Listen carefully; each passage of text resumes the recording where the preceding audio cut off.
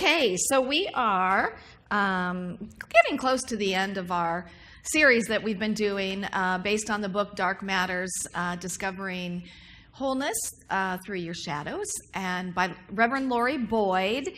And this is really, for me anyway, it's about experiencing our humanity to the fullest. And so I got to thinking about our bodies and how we don't think about our bodies, or when we think about our bodies, we're not necessarily thinking positively about our bodies, right?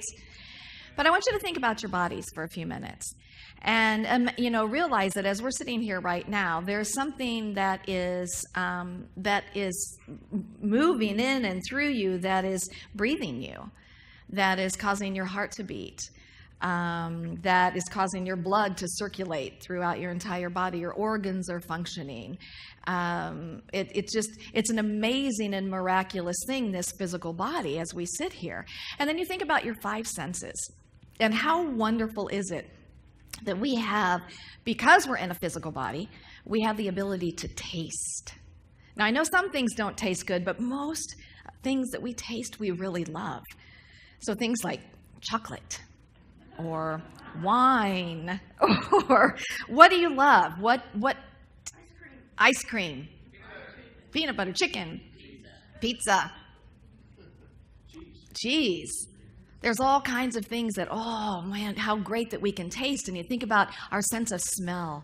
And again, there may be things that, oh, we wish we could have unsmelled that, if that's a word. But the other side of that is, wow, what we get to smell because of this wonderful sense. We can smell, a baby. We can smell our little puppy breath, or we can smell the flowers. So we were on our bike ride a few weeks back and smelling the honeysuckle, or smelling a pie baking, or the freshness of the air. And think about this beautiful gift of sight. I mean, it's hard to fathom not being able to see, and to see each other, to see your children or your grandchildren or your partner, to walk outside and to see the magnificence of God's creation. And then sight, sound, hearing. This wonderful gift of being able to be able to hear. And I know sometimes, and I do this, I go la, la, la, la, la, la, la, the things I don't really want to hear. But we can hear music playing. We can hear our children talking, little babies talking. We can hear the sounds of the birds, and we can hear a cat meow. There's just so many wonderful things about our five senses. And we only have these five senses because we're in this physical body. But let's talk about our emotions, and how blessed we are to have emotions. And I know there's some emotions that we probably resist, like, when we're dealing with something really hard, when we're sad and we're grieving or we're angry. Those are normal emotions for us, but we tend to resist those. But those are healing for us, actually. But, the other side of that is the emotion of great joy, or deep, deep love. I know all of us have experienced a deep love on some level, whether it's that you've had a child or a grandchild or a fur baby, or, a love with another person. All of us have experienced that love, right? We wouldn't be experiencing that, you guys, if we weren't in this physical body. And so my point today being is how important it is for us to be fully in this body, in this place, in this time, and really, experience the adventure of it. I get a daily email from Tut, and this is what it said. To set the record straight, however cool you think it might be to have an out-of-body experience, floating over your house, flying through space, traversing the past, present, and future, let me tell you, it'll never be as cool as being in the one you have now, walking barefoot in the grass, floating on a sun-drenched pool, and dancing alone in the dark. You so fly the universe. Trust me, from here, from their perspective, getting into body is considered the most sacred of all sacreds. And yet we have a tendency to not even appreciate that we're in this body. and that we're here to experience. We're not here to push our humanity away, you guys. That's not what this spiritual journey is about. It's to bring our humanity and our divinity fully together so that we can experience both and become much more aware of that, and really live in the presence of the kingdom of God, which, Jesus said, it's neither here nor there, it's within us and it's all around us. That's the absolute reality of ourselves. The absolute reality is that we are manifestations of God, of source, of whatever you want to call this. The absolute reality is that we are pure potentiality and possibility, that we are love. That's our absolute reality. And then we have this wonderful relative reality. And this relative reality is what we experience, again, through our five senses, through our emotions, through our programming, through our somewhat limited human mind. And that's why we want to start bringing more of the absolute into our experience. When we take the time apart simply for the purpose of just being open to that still small voice. And, sometimes we're not going to hear that still small voice simply because we're sitting in the silence. But we're making the way for it to express itself, and it will. And it will, and it will. And what greater thing to be guided by than all that is than the divine intelligence. There's nothing greater than to be guided by the divine intelligence. So as we have 5 guiding principles in unity. God is, I am, I ask, I pray, and I act. And so today I want to talk about the third principle, which is essentially that we create our experiences by the focus of our thinking, by what it is that we're focused on, what it is that we're thinking. Now, I want you to hear what I just said. I'm going to tell you what I didn't say. I did not say that we create every circumstance, and I did not say that we create every event, because we are not the all creator. Guess what? We're in communion with each other and with billions of other people and a lot of stuff that goes on. So events and circumstances happen in our lives a lot, correct? What we get to do is we get to control the experiences that we have in those circumstances and events through our thinking mind. Now, that doesn't mean that we're always going to be able to do it immediately, right? Right, it's okay. When something big happens, something falls apart in our life, we're gonna mire for a while in the muck, and that's okay. That's normal. That's where that grief and we go through the anger and things like that. And we ultimately have that opportunity to shift our thinking enough to raise us up. And so when we look at the difficult experiences of our lives, ultimately, here's what I'm going to say, is that we have the opportunity for incredible growth, and we have the opportunity to move into greater wholeness through these experiences. Are we all in agreement with that? Absolutely, absolutely. So the thing about the voice of God is that sometimes the voice comes as synchronicities or coincidences, those moments you're like, oh, wow. And I know we all have those moments you're like, oh my gosh, this was something more than me.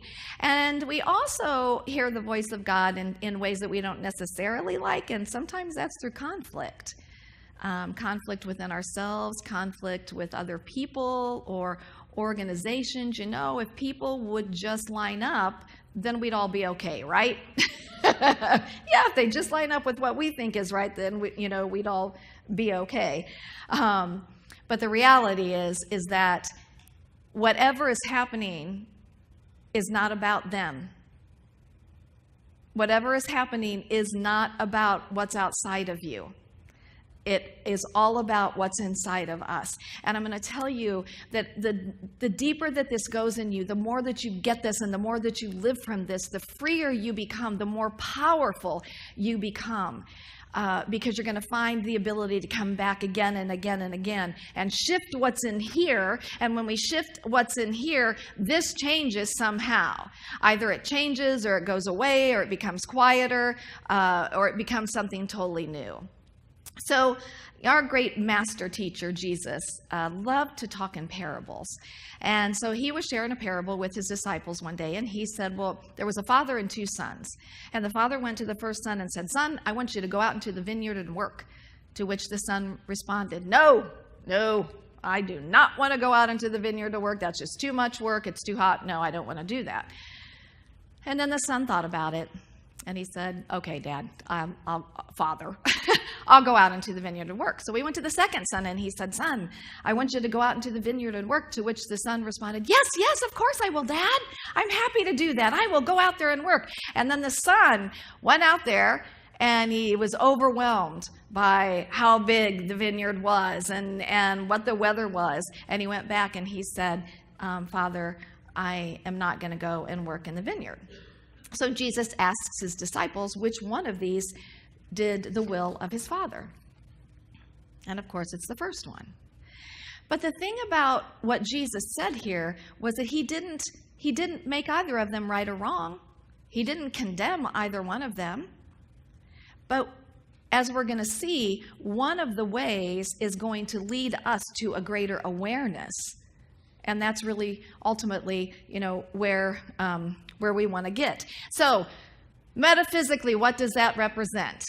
The Father represents the voice of God within us. The voice that is nudging us to something more. The voice that is saying, hey, you might want to take a look at this here. You might want to step back for a few minutes. And so the sons are the relative aspects of ourselves. So the first son is us saying, no, that's too much for me. I am not ready. I don't want to dive deeper into that. I don't want to look at that in myself. And then us coming back around and saying, I really do want to grow. And so I'm going to dive into this. And then the other relative aspect of ourself is have you ever been to like a really powerful, positive motivational seminar, and man, you're all powered up and yeah, and I'm going to do this and I'm going to do that, and so that's the son saying, yes, I'm going to do it. And then we drive home and we get home and we get back into work and it's like, no way, nope, can't do it. I bit off more than I can chew. It's too much and I just can't do this yet. And it's normal. This is the thing, is that it's normal. It's just simply an awareness of how we can show up in our own lives. So Lori goes on to talk about another parable. This is not a parable of Jesus. This is a parable that she talks about in her book. And it's the parable of the man and his garage. So one day there was a man, he got a house and he had this beautiful new garage and it had all this space in it, and he parked his car in it and he had stuff and he put his stuff in it, and months go by and he put some more stuff in it, and then years go by and he's got so much stuff in it now that his car has to sit out in the driveway. And so he gets the signal from inside and it says, I think I should clean out the garage. And so he's like, okay, yeah, I'm going to do that. I'm going to clean out the garage. So this one bright Saturday morning, he gets up and he goes out and he opens up the garage door, and he is feeling overwhelmed with all the stuff. And so what does he do in that moment that he feels overwhelmed? He does what most of us do. He distracts himself. So he walks over and he sees a pile of old fishing magazines. And he's like, I need to read these articles. So he sits down and he reads the articles for a while, and then he walks over to his workbench and he sees a big old jar that's filled with all kinds of screws and nuts and bolts, and he's like, I need to go ahead and sort this out now, like that's going to make a big difference in the garage. Well, here's the thing that's happening that he's not even aware is happening. So he goes out to the garage, And he's going to clean the garage. He feels an overwhelming. He feels an immediate resistance. And so as he's procrastinating, he's forgetting that he really wanted to clean the garage. And now he's starting to feel pressure. He's starting to feel like, something or someone outside of him is making him feel pressured that he has to clean the garage. And unfortunately, at that moment, his spouse opens the door and says, "Hey, honey, how's it going?" And bam, all of this comes out, and they get into a big argument. Now, obviously, that had nothing to do with the cleaning of the garage. And so what this man has the opportunity to do at this point is to listen, because there's a big old signal going on. The signal actually happened as soon as he started feeling the resistance. That's that voice, that's something that says, be nice to come apart. And I thought about that, as I was reading that, I thought, dang, I forget to do that when I'm feeling overwhelmed in something, to step apart so that I can get, centered and see what's coming up there. So he doesn't. He goes in, does all this stuff. It becomes really loud and really big. So now he has the opportunity to step apart. And so in this, coming back, maybe he's going to go out to his backyard. Maybe he has a meditation space, but he's going to go somewhere where he can just breathe into this and be open and just be in that space of what is here, because there's something deeper here that's being called in me. And so as he sits there, the word lazy comes up, and he starts to think, lazy? And then he remembers a time when he was younger when his dad would have him do chores and things around the house, and he wouldn't do them quite as well as his dad wanted him to do, or in the time that his dad wanted to do, and his dad would call him lazy. And so he realized, oh, I think I'm feeling lazy. And so the opportunity at that point is to ask the question, well, is that true? Am I lazy? Is that true? And his answer was, sometimes. We all are. But no, that's not true. Well, he recognized that he needed to go deeper. And so he sat back again, and he's like, okay, what does this word lazy, what does it bring up? And all of a sudden he realized that attached to this idea that he was lazy was also the idea that I'm not worthy, I'm not good enough, I'm unlovable. Maybe people will leave me if they think that I'm lazy. And so that was the root.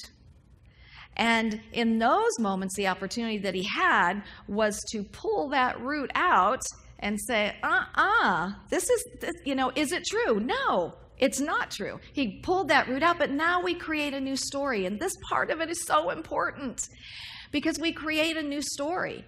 And his new story could be, I am a child of the Most High. I am energetic. I'm strong. I'm organized. I know when to say yes and when to say no. I know when that nagging voice appears, and I know what to do when that happens. And so he creates this new story, and he's probably going to have to keep that story in front of him for a while, to get that to really take root. But what happens then is that he comes back to his world, and he's a clearer expression. And he's different. Nobody knows why. But he's found something, and he's brought it up to be healed. And he's done the work that needed to be done to heal it. And I'm going to tell you, we have so many of these weeds in our consciousness from our past, whether they're what our parents told us or what our teachers told us or friends or enemies or what society has told us, just things that we have taken on to be true. And how do we know? We know because there's always a signal. There's a something that comes up in us. We know it, don't we? We can feel it when it's coming up. And it's so important that if you don't have the time at that moment to step away, that you make sure you are going to take some time later to step away and let yourself be with this. I have used this over and over and over again, and I have been amazed at what I have gotten down to the root of, because there's no truth in it. It was like my parents' truth, or it was some idea that was just a perception. And it's just so ridiculous. And I'm like, that's not even true. Get that out of there. And then you create the new story. This is so powerful. And this is a practice. This is something that we have the opportunity to do over and over again. And again, you guys, it ends up, for me anyway, every single time I get it, that it's something in me that's coming up to be healed. Somebody may be showing up in a horrible way out there. And I'm not by any means saying ever be around any type of abuse, and you guys know that. It's not that. It's when we're getting pinged about other things, and we think it's that irritating person, and we come back in here, we recognize it's something here to be healed, something that, so there's a reason why it's getting pinged in me. It's powerful, powerful practice. In Lori's book, she has a lot of different practices. She has one for the mind-body, the skin boundary. She has some of the practices we do, the white stone, the burning bowl, all kinds of different practices. And I know that we have more books in the bookstore. At least we had a few. One of the other practices that I want to share with you, and this is real quick, is a labyrinth. How many of you are familiar with a labyrinth? How many of you know we have a labyrinth right here on our property? How many of you have walked the labyrinth on our property? Excellent. This is something we want to definitely make sure to get out more in our community, that we have this labyrinth. Now, a labyrinth is not a maze. You never get lost in the labyrinth. What it is, and I'm going to show you, well, I'll keep it like this for now, but I think I might have a little light on here. Oh, maybe not. Okay, I thought I did. I don't. Anyway, so there's the entry point of the labyrinth, and there's many, many ways you can use the labyrinth. But as we're talking about this today, I would suggest as you stand outside the labyrinth that you allow something to come up that you're ready to be healed. Maybe you're wanting to make a decision about a direction to go, something like that. And then as you step into the labyrinth, you're not trying to figure it out as you walk, you guys. This is when you're giving it over. And you're just walking in this meditative state, and you walk all of the path that you see, and you end up in the middle. Now, in the middle, you can either just go to the middle and stand, you can sit, you can lay down, but there's like these six actually, but I think of it as three on each side, kind of like petals. And, you can go in each petal, and you can do an affirmation, or you think about which way it's facing, just open yourself up, whatever you want to do in there. But just allow yourself to be in this center sacred space. And whenever you feel the time is complete, you get up and you walk out the same way that you walked in. And it takes a little while, but that's the point, is that we're just being open. And you know what? Sometimes when you're in the midst of that, you may not hear an answer. I'll tell you, most of the time something does come up for me, but sometimes it doesn't. But it will come because, you've created the space, you've created the opening for it to be able to present itself. Now, I do want to tell you that I believe on July 19th, after our second service, weather permitting, we're wanting to repaint our labyrinth. And so we're going to be looking for volunteers who would be willing to help in repainting that. It's a pretty simple job, but the more of us that can be out there helping with that, the better. And so ultimately, for this week, I just really want to encourage you to use this. Use what we talked about today and really allow yourself to journal about it, to just open yourself up to what is here, what is coming up to be healed, or I'm open to a new direction in my life. I am open to moving deeper into my spirit. What does that look like? I have an issue with one of my children, and I'm looking for guidance in that. You guys, we have to make it a point to go to God first. To go to God first.